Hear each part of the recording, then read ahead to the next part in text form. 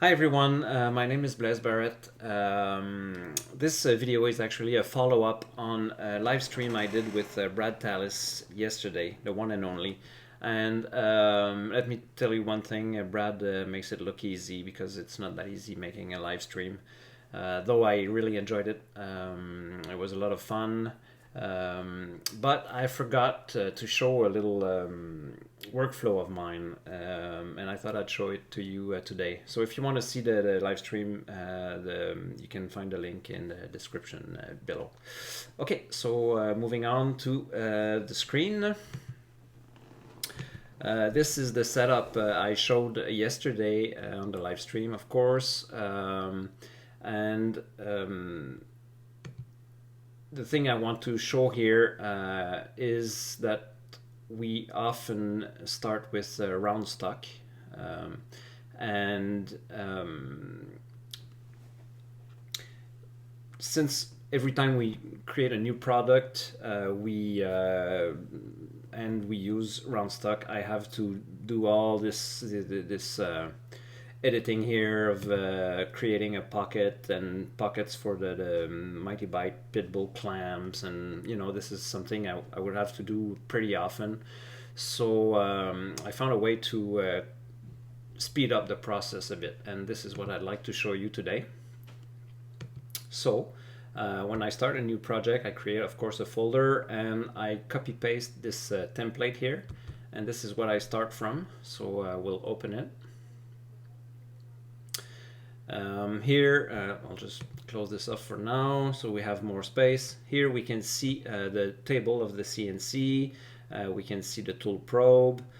This rectangle here shows my work area. So in X, Y, and Z, of course. But we won't need this right now, so I'll just hide it.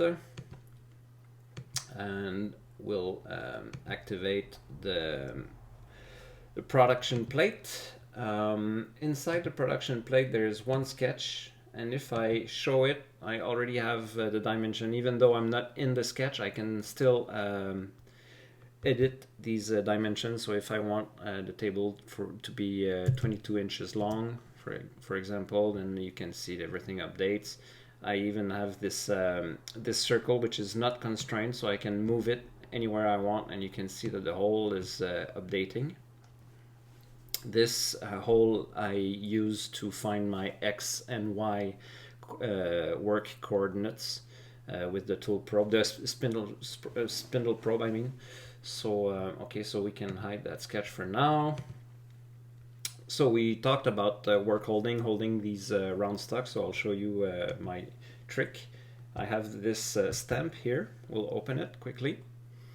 And this stamp is fully parametric, so I can open the perimeters, and let's say I want only, I don't know, 3 inches diameter stock, and I want 6 pitbull clamps.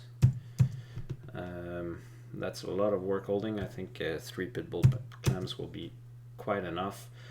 If I wanted my pit bulls to stick out, let's say 125 thou, just like that. I want my my stock to go a bit deeper, so I can say 200 thou, just like that. And once we're happy, just say OK, close the file, save, and we will let it update. That'll take a second. Come on, come on, come on. Okay, now we'll insert it. We have our free move, so I'll just pull it up a bit and press J on the keyboard to get the joint command. I'll put a joint on the top of my stamp and a joint on the top of the production plate. I'll need to flip it.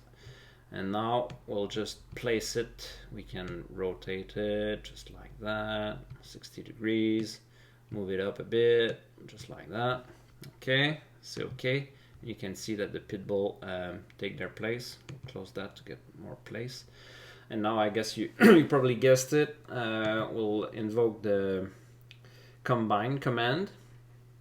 The target body, of course, will be the table, and the tool body will be the stamp.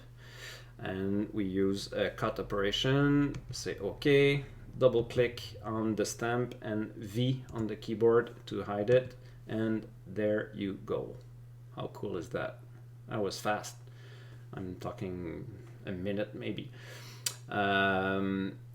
And now, if we go into the parameters, we don't have access to the parameters of the stamps if we want to modify it. But with the new Edit in Place command, we just click on Edit in Place, and now we have access to the parameters. So if we want it to be 6 inches diameter, if we want no pit bull stick out, I'll just enter 0. You notice that nothing updates just now, but when I say OK and I click on Edit in Place to end the Edit in Place, then we have the update. You can see now that there is no stick out, and we have a 6 inches stuck. That's pretty cool, right? But it's not over. There is more. Now we'll move to manufacturers. Since we start from a template, I already have a bunch of toolpaths already set up. So all that I have to do is generate. Hit the generate. It's Command G on Mac or Control G on a PC.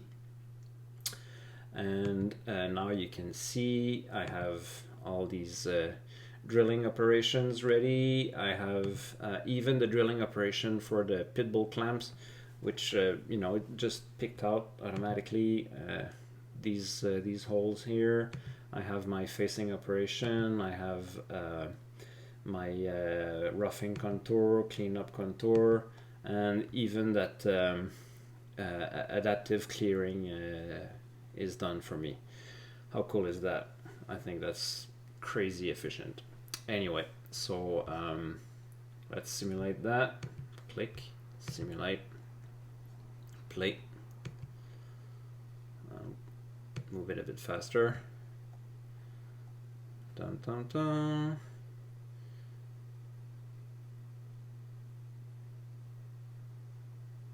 Whoa. Pretty cool, right? So really a big thank you for watching the video. If you haven't seen the live stream, of course you can click on the link below. Thank you very much for watching. Bye.